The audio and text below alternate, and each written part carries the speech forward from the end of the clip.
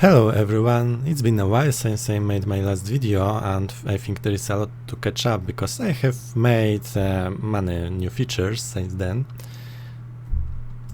In this video I wanted to focus mostly on some user interface changes I have made. For example, I have changed the way interactable tiles are displayed.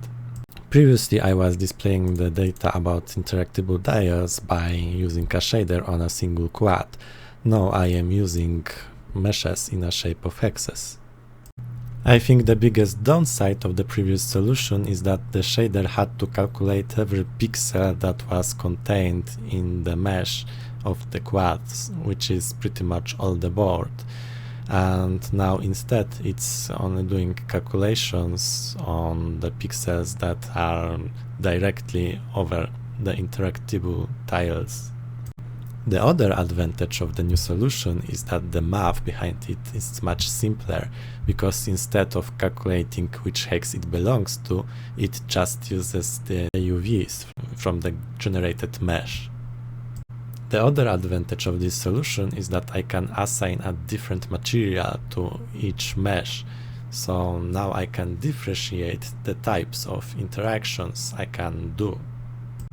For example, if the cell is blue, I can move onto it, and if the cell is red, then I can attack whatever is on this cell.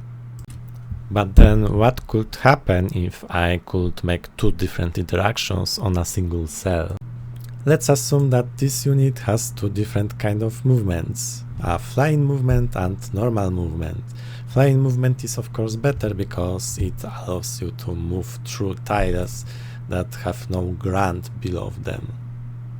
So I have given the player an opportunity to choose how he wants to interact with any cell. For instance, if I select this tile, I can choose if I want to fly to it or move to it. But the solution is not really convenient for player, because now he has to make an additional input to make some interactions. For example, instead of selecting unit and target, now the player has to select unit, interaction and target, which makes 3 inputs instead of 2. I think that the best solution is to reduce the number of necessary inputs as much as possible. We can deal with the problem by designing only units that can make one kind of interaction with each cell.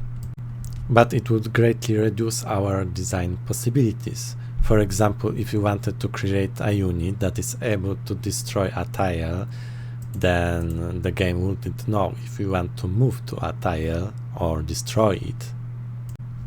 The solution would be to get rid of the movement ability, but it's rather a risky idea because it could create scenarios where both players can't make any moves.